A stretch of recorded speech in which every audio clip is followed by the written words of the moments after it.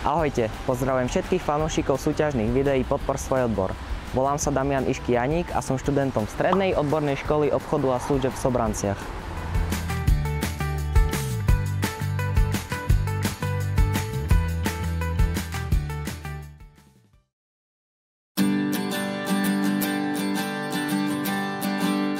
Keďže dnešný svet je uponáhľaný a ja chcem byť stručný, ale výstižný pri charakteristike svojho odboru, prejdem rovno k veci.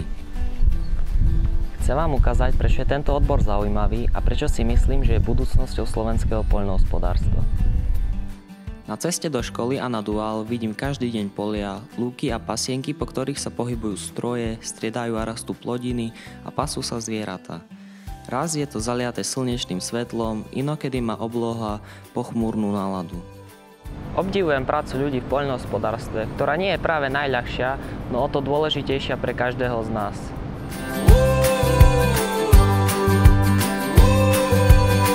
Bez nich by nebolo z čoho napiec chleba, natrieť si ho maslom, zapiť pohárom mlieka, či uvariť chutný obed, zahryznúť do sladkého ovocia alebo použiť zeleninu na 100 spôsobov. A je toho omnoho viac, čo sa urodí na poliach. Naša krajina je úzko spätá s pôdou už od pradávna.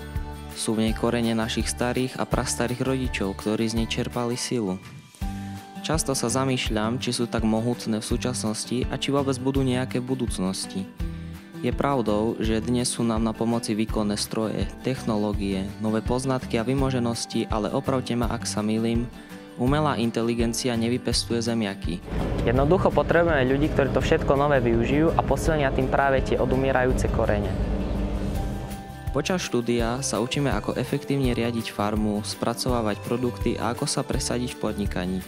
Naša škola ponúka duálne vzdelávanie, čo znamená, že časť výučby strávim priamo u zamestnávateľa.